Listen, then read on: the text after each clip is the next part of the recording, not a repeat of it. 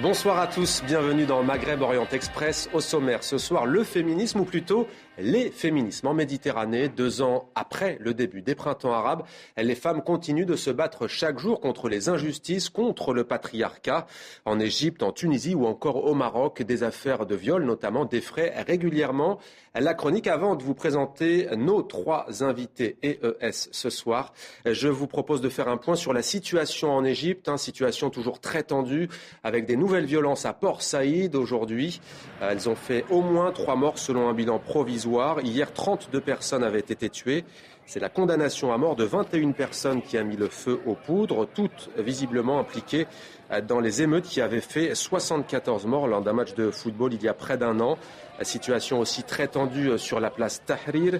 Vous le voyez ces dernières heures, vendredi déjà, on le rappelle, jour du 2e anniversaire de la Révolution. 9 personnes au moins avaient perdu la vie à travers le pays lors des rassemblements. Alors les manifestants, que réclament-ils ? Ils réclament bien entendu plus de justice. Ils accusent les frères musulmans d'avoir trahi, je cite, la Révolution. Ils reprochent aussi au gouvernement islamiste sa gestion de la crise économique. Avec nous ce soir dans MOE, Zahra Ali, merci d'être avec nous. Vous êtes doctorante en sociologie à l'École des hautes études en sciences sociales et à l'Institut français du Proche-Orient, l'IFPO, et vous êtes l'auteur du livre Féminisme islamique, c'est chez La Fabrique Édition. Nina Hubinet, bienvenue à vous également. Vous êtes journaliste, correspondante au Caire, la capitale égyptienne, du quotidien français La Croix, et vous êtes l'une des auteurs du web documentaire Saout el-Shabab, la voix des jeunes, alias Génération Tahrir, qui vient de sortir à l'occasion des 2 ans de la révolution égyptienne. Et puis nous serons en ligne dans quelques instants avec l'écrivaine et poète Joumana Haddad. Bonsoir Joumana. Bonsoir Mohamed. Merci d'être avec nous en direct de Beyrouth, la capitale libanaise. On ne vous verra pas ce soir, donc, mais on vous entendra tout à l'heure. Zahra Ali, vous explorez dans votre livre les démarches féministes. Féminisme et islam, c'est possible, ça existe ? Oui, le féminisme islamique ou les féminismes islamiques, c'est devenu aujourd'hui, donc on va dire cette terminologie, elle s'est imposée depuis environ une quinzaine d'années, puisqu'il y a des recherches, des chercheuses en sciences sociales qui se sont intéressées à ces mouvements, à la fois politiques, à la fois intellectuels, de femmes qui pensent la question de l'égalité à l'intérieur du cadre religieux musulman. Et en 2 mots, on pourrait dire que les féminismes islamiques, ça correspond à des femmes qui partent du religieux ou utilisent le religieux par stratégie dans des contextes où il constitue un référent identitaire, culturel et spirituel majeur pour articuler leurs revendications d'égalité, de libération et d'émancipation. Donc, effectivement, elle retourne les textes sacrés finalement contre l'homme qui se voudrait supérieur, c'est ça ? Tout à fait. Joumana Haddad, qu'est-ce que vous évoque cette association des 2 termes qui surprennent beaucoup de monde ? Est-ce que c'est votre cas ? Qu'est-ce que ça vous inspire, les féminismes islamiques ? Eh bien, moi, j'ai toujours dit que c'est un oxymore et ça s'applique tout aussi autant si on était en train de parler de féminisme chrétien ou de féminisme juif. Je trouve que on peut pas être chrétien, musulman ou juif et combattre le patriarcat, ni lutter pour l'égalité des sexes depuis l'intérieur de ces 3 religions qui sont essentiellement misogynes, pour ne pas dire aussi racistes, sexistes, homophobes, etc. Et donc, je trouve que c'est une contradiction que de parler de féminisme musulman, chrétien, etc. En même temps, dans son livre, Zahra Ali rappelle Joumana Haddad que finalement, c'est antinomique avec l'islam, puisqu'il ne doit pas y avoir d'intermédiaire entre Dieu et le fidèle, finalement. Est-ce que vous ne partagez pas ce point de vue ? Non, en fait, moi, j'appartiens complètement à un féminisme laïque, parce que je trouve que la laïcité est une condition essentielle et majeure pour que les droits de la femme soient respectés dans un État donné. On ne peut pas faire une négociation à ce sujet. Il faut complètement travailler pour séparer la religion et l'État. Alors Nina, peut-être une réaction. Alors rapidement, on va passer la parole à Nina Hubinet. Allez-y. Mais juste en 2 mots, votre posture me rappelle aussi, je dirais, c'est une posture qui en fait, considère le religieux comme quelque chose qui n'est pas une dynamique qui a un lien avec l'être humain qui le pense. Et je veux dire, considérer que l'islam ou la religion chrétienne ou juive est par définition contre les femmes, c'est avoir une position religiophobe, c'est-à-dire et avoir une position essentialiste et finalement qui rejoint celle des conservateurs religieux qui considèrent eux aussi qu'il y a antinomie entre égalité et religion. C'est-à-dire que partir d'une vision de la religion qui serait pas un cadre dynamique sujet à des relectures, c'est avoir une position complètement essentialiste du religieux et aussi du féminisme. Nina Hubinet, pardon, Joumana Haddad, je vais juste donner la parole à Nina Hubinet qui ne s'est pas encore exprimée.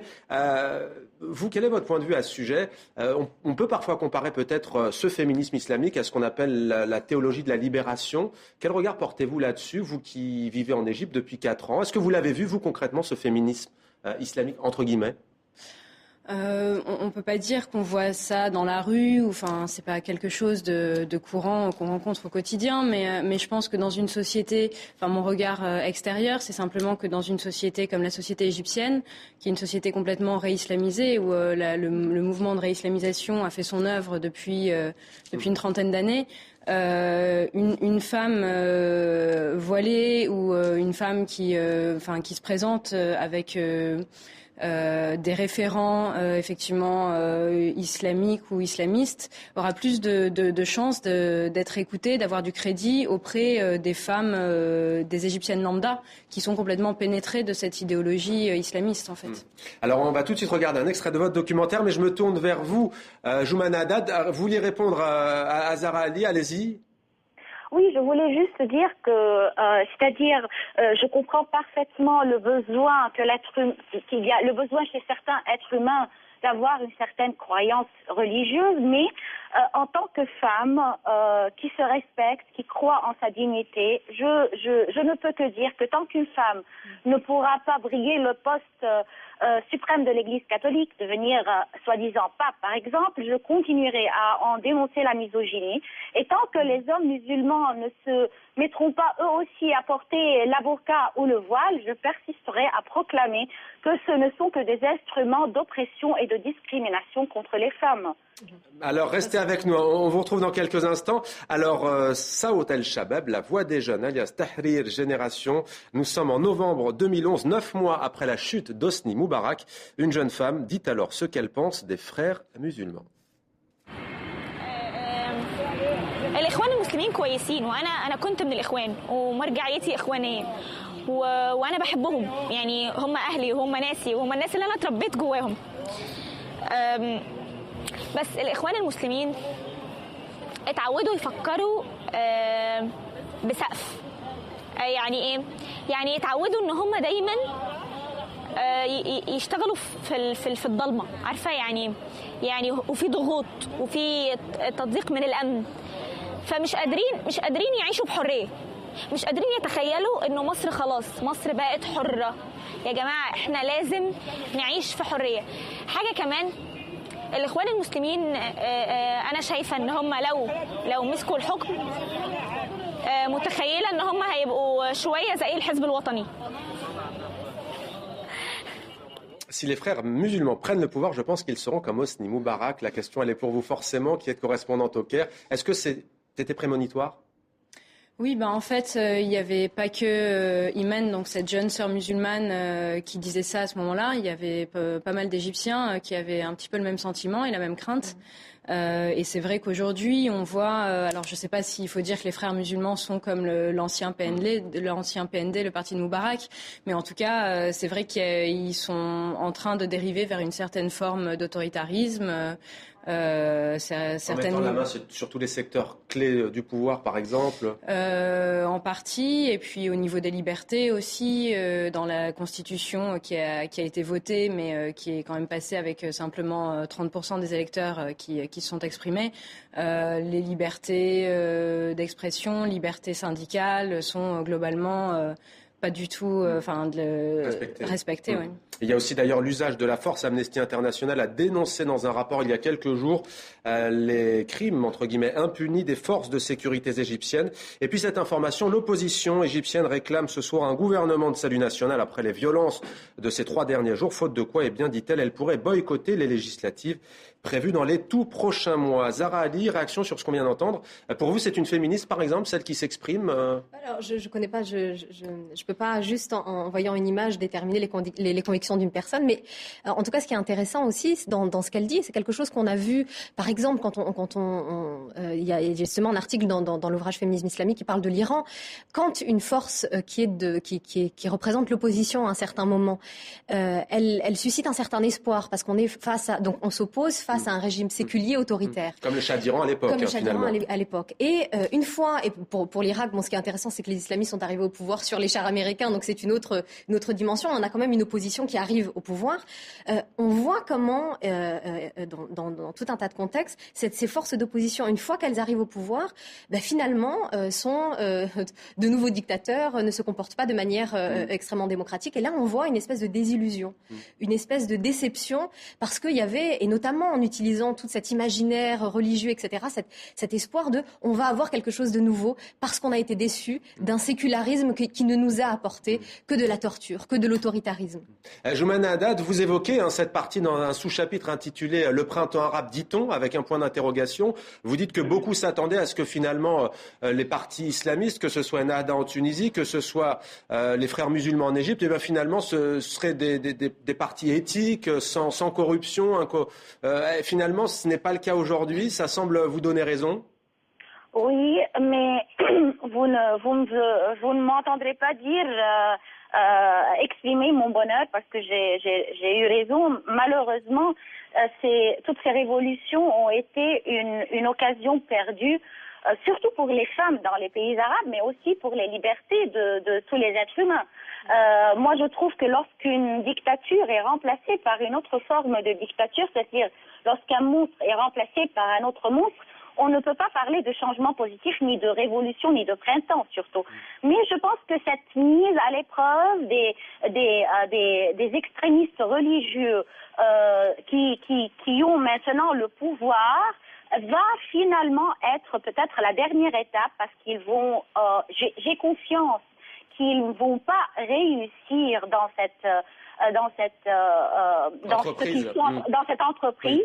Et donc, je crois que maintenant, nous pourrions vraiment nous diriger vers un véritable printemps. Nous sommes en train de vivre un dernier hiver. Mais Joumana Haddad, vous renvoyez dos à dos finalement les anciennes dictatures et les pouvoirs actuellement, sauf que qu'on le veuille ou non, même si les scrutins n'ont pas forcément été parfaits, il y a une différence de taille, c'est que les Tunisiens ont voté, c'est que les Égyptiens ont voté, et c'est qu'aujourd'hui, finalement, même si le sang coule, hélas en Égypte, eh bien ils peuvent protester dans la rue, ce qui était inconcevable sous Ben Ali et Moubarak. Évidemment, et je ne disais pas que les dictatures étaient mieux. C'est-à-dire, évidemment, le monstre de la dictature nous devions en finir avec tous ces dictateurs corrompus. Mais ce que je voulais dire, c'est que nous aurions pu saisir cette occasion, cette colère, cette indignation des peuples afin de réaliser un changement beaucoup plus positif, beaucoup plus ouvert, beaucoup plus respectueux des droits de l'homme dans le monde arabe. Alors Nina Binassur, cette question qui est plus... on a beaucoup eu un clivage religieux, laïque, de ce point de vue, ici en Occident, entre guillemets. Est-ce qu'il vous paraît exagéré ou est-ce qu'en Égypte, vous qui connaissez la situation sur place, il y a un vrai clivage entre laïcs, entre religieux, ou alors c'est plus tout simplement entre défenseurs des droits de l'homme et les tenants d'un ancien régime, par exemple? Non, moi forcément ça me semble un petit peu artificiel cette séparation religieux-laïque parce que déjà la laïcité c'est quand même un terme très français, un concept très français. En Égypte ça veut pas dire grand-chose. Il y a pratiquement très peu de monde en Égypte qui réclame un véritable État laïque. C'est vrai qu'il y a les Coptes, il y a une minorité chrétienne, donc ça complexifie un peu les choses, mais l'immense majorité des Égyptiens sont pour un État islamique. Après, ils sont pas forcément du tout tous pour un État islamiste. Et donc le vrai clivage qu'il y a aujourd'hui, c'est entre les islamistes qui certes continuent de remporter les élections et les autres qui se disent que c'est pas forcément la solution finalement à tous les maux du pays. Zahra, une réaction. Ces mouvements de protestation de ces dernières années, ça nous pousse justement à revoir nos terminologies. C'est-à-dire qu'on n'est pas dans des oppositions islamistes ou de militance religieuse ou laïque. On voit bien qu'il y a une porosité des frontières. On a vu des femmes religieuses manifester contre les frères musulmans. Donc on voit bien qu'on n'est pas là-dedans, qu'on est dans d'autres terminologies. Et de manière générale, quand on a vu justement tous les termes qui ont été utilisés par les mouvements révolutionnaires, on a eu notamment le terme de karam, celui de dignité. Donc on se rend bien compte que là, on n'est pas dans des slogans préconçus. On veut la laïcité, on veut la démocratie. Non, on veut el karam. Donc on est dans quelque chose qui est beaucoup plus profond. Ça, c'était au début du printemps arabe. Mais il n'empêche que c'est quand même le même mot. Oui, c'est qu'on est vraiment dans des choses en profondeur, au-delà de tu peux être religieux, tu peux venir on va dire de ton référentiel séculier, on peut se mettre d'accord sur un certain nombre de valeurs. Et c'est ce que moi j'analyse notamment dans mes recherches sur l'Irak, c'est qu'à un moment donné, en ce qui concerne les droits des femmes, parce qu'il y a constitution d'un espace démocratique, c'est ça qui est fondamental. Plus que le cadre religieux ou le cadre séculier, c'est l'espace démocratique, c'est-à-dire la possibilité d'existence d'une société civile et donc d'un mouvement des femmes, d'un mouvement de défense des droits des femmes. Alors, pour lutter contre le patriarcat, faut-il forcément en passer par une guerre des sexes ? On va en parler dans un instant avec Joumana Haddad, puisqu'elle l'évoque dans son nouveau livre. Ce n'est pas ce qu'elle dit, au contraire, mais elle va nous en dire plus. On va d'abord regarder le deuxième extrait. On va voir les rapports entre femmes, entre filles et mères. On retrouve Imen 3 mois plus tard. C'est en février 2012, il y a pratiquement un an. Et elle raconte, Imen, comment la révolution égyptienne a quelque peu changé la manière de raisonner de sa propre mère. Écoutez, regardez. فأمي يوم 25 يناير كانت شايفة إن ده كلام فارغ وإن هيلموكوا كلكم في بوكس وتدخلوا المعتقل وخلاص وخلصنا. أنا قلت لها يا ماما أنا مش واخدة تكليف من الجامعة بس واخدة تكليف من بلدي. أنا بلدي ادتني تكليف وأنا لازم أنزل. عملنا خناقة وقعدت تزعق ولا مش هتنزلي. قلت لها هنزل مش هتمنعيني ومش هتنزلي لا هنزل مش هتنزلي لا هنزل. فضلنا بقى في كده شويه يعني لحد ما قالت لي اعملي اللي انت عايزاه بس انا مش مسؤوله عن اللي ممكن يحصل لك. قلت لها طيب اوكي انت مش مسؤوله عن اللي ممكن يحصل لي بس ادعي لي بقى برضو عشان انا مش هقدر يعني مش هتوفق من غير دعائك. ثقافه امي اتغيرت في حاجات كتير. انا امي يوم 11 فبراير بعد تنحي المخلوع قالت لي انا كنت هندم ندم عمري لو كنتي سمعتي كلامي وقعدتي في البيت وما نزلتيش في الثوره. حسيت وقتها بالانتصار، مش الانتصار عشان يعني انا كلامي اللي طلع صح بقى، لا حسيت بالانتصار عشان انا غيرت ثقافه عندها. انا غيرت ثقافه ان البنت مكانها البيت. دي انا ثقافه غيرتها في البيت عندنا. احنا في البيت عندنا متربيين عن البنت مكانها البيت. Les lignes du matriarcat bougent alors, Nina Hubinel. Oui, tout à fait. Ce qui est intéressant avec Imen, par exemple, c'est que cette jeune sœur musulmane, donc qui a quitté la confrérie peu après la Révolution, parce qu'elle fait partie de ces jeunes des frères musulmans qui n'étaient plus du tout d'accord avec la façon qu'avaient les frères musulmans de gérer la confrérie et aussi leur politique pour le pays, et notamment le fait qu'ils laissaient pas la place aux jeunes, ceux qui avaient poussé dans le sens de la Révolution, alors que les leaders de la confrérie avaient conseillé à leurs membres de ne pas descendre manifester le 25 janvier 2011. Donc Imen, c'est vraiment... elle se définirait jamais comme féministe. Pour elle, comme pour beaucoup de femmes égyptiennes, et notamment celles qui ont une culture islamiste, le féminisme, c'est quelque chose d'occidental, d'importé. De colonial.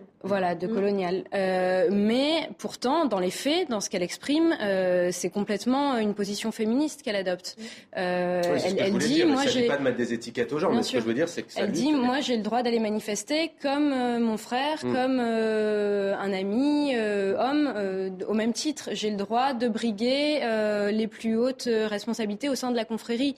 Dans la confrérie des frères musulmans, la hiérarchie interdit toujours aux femmes d'accéder aux postes de responsabilité. Et donc ça, Imen, comme d'autres jeunes sœurs musulmanes, ont envie de faire changer ça, d'avoir le droit, d'être partie prenante finalement de la société égyptienne. Joumana Haddad, après J'ai tué Sherazade, confession d'une femme arabe en colère, vous revenez donc avec Superman est arabe, de Dieu, du mariage des machos et autres désastreuses inventions. C'est aux éditions Actes Sud Sinbad. Peut-être d'abord une réaction avant d'évoquer le message de votre livre sur ce qu'on vient d'entendre. Finalement, ce sont parfois les femmes elles-mêmes qui reproduisent ces codes qui établissent ce système patriarcal. Évidemment, je suis tout à fait d'accord et c'est très triste, mais il faut en finir avec cette confusion insidieuse et très répandue entre masculinité et patriarcat. Moi, je connais beaucoup d'hommes qui sont féministes et je connais beaucoup de femmes qui sont très patriarcales, des femmes qui choisissent le macho plutôt qu'un homme respectueux et décent, celles qui souhaitent, par exemple, lorsqu'elles sont enceintes, de donner le jour à un garçon plutôt qu'à une fille, celles qui apprennent à leurs fils à devenir misogynes, qui apprennent à leurs filles à être domestiquées, à rester à la maison, etc., qui les poussent, qui les emmènent se faire des excisions, par exemple, ou une reconstruction de l'hymen, parce qu'il y a toujours ce mythe de la virginité dans le monde arabe. Ce sont des femmes essentiellement patriarcales. Il faut donc en finir avec ce discours sur la guerre des sexes et au contraire considérer l'homme comme un complice important dans cette lutte et aussi essayer de nous aider à croire en nous-mêmes et en notre force. Alors rapidement, Joumana Haddad, puisque le temps presse, juste une question sur l'image de la femme dans la société libanaise. Je lisais récemment une interview de vous et vous dénoncez finalement le fait que dans les publicités pour vendre un frigidaire, il faut forcément que la femme soit dénudée. Alors vous êtes très critique des religions. Sur cet aspect-là, vous êtes aussi critique. Pourquoi ? Mais parce que pour moi, la femme qui est considérée comme un morceau de viande n'est pas du tout différente du point de vue victime de la discrimination de la femme qui est obligée, par exemple, à se cacher parce qu'elle est un objet, un instrument de séduction. C'est les mêmes valeurs patriarcales qui régissent cette situation et l'autre. Et donc, évidemment, la situation de la femme libanaise est encore beaucoup plus difficile parce qu'elle se croit, cette femme libanaise, émancipée parce qu'elle n'est pas superficiellement victime de plein de discriminations que d'autres femmes subissent dans d'autres pays arabes.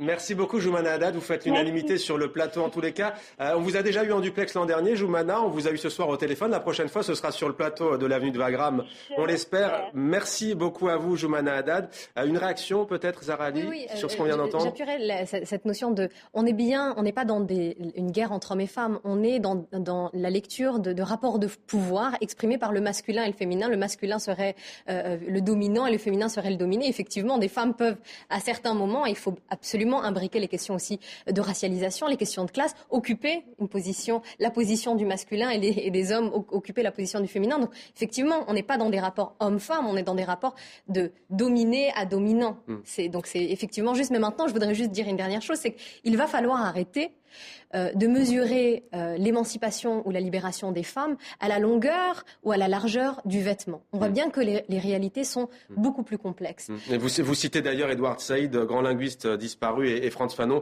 qui ont écrit déjà il y a très longtemps sur ce sujet, plutôt en tout cas néocolonialiste, de vouloir dévêtir les femmes. On aura l'occasion d'en reparler avec vous. Je vous propose de finir avec un film dont on parle beaucoup en ce moment.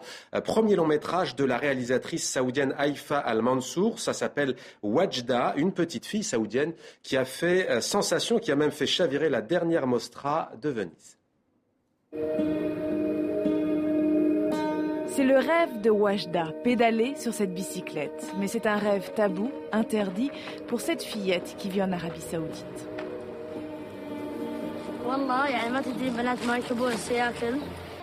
Ce long métrage a été entièrement tourné dans les faubourgs de Riyad, un véritable exploit pour celle qui l'a écrit et réalisé.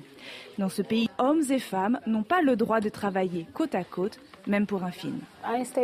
Je restais dans le camion, j'avais des écrans et je parlais aux acteurs par téléphone.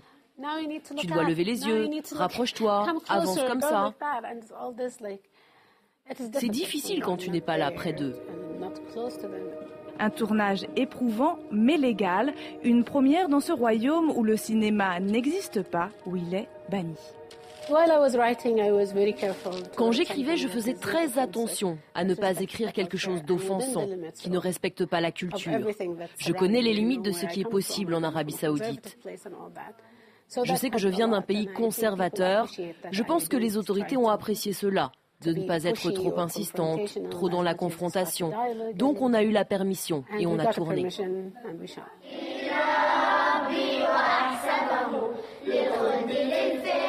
Wajda, c'est le dévoilement du monde intime des femmes, c'est la dénonciation subtile des règles qui les étouffent, mais c'est aussi beaucoup d'espoir.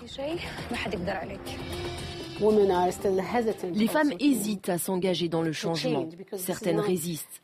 Le changement, c'est douloureux. C'est un processus à traverser. Mais ça évolue. Je le vois dans la manière que les filles ont de s'habiller. Quand j'étais petite, l'abaya était noire, sans fioritures. Aujourd'hui, il y a des broderies. L'expression personnelle se développe. De nouveaux droits ont aussi été accordés aux Saoudiennes, celui de voter au municipal, de participer au débat politique, mais pas encore celui de conduire sa propre voiture. Sans doute le futur combat de la jeune génération qui pourra très bientôt découvrir l'histoire de Wajda. La télévision saoudienne a promis de diffuser le film. C'est la fin de cette émission. Merci Nina Hubinette, merci Zahra Ali, merci également à Joumana Haddad. On salue toutes celles et tous ceux qui nous suivent à Bagdad, Le Caire, Beyrouth et à travers tout le Maghreb. Bagdad que vous connaissez bien, Zahra Ali, puisque c'est un objet de vos recherches. On se retrouve dimanche prochain pour un nouveau numéro de MOE. On attend vos réactions d'ici là sur les réseaux sociaux.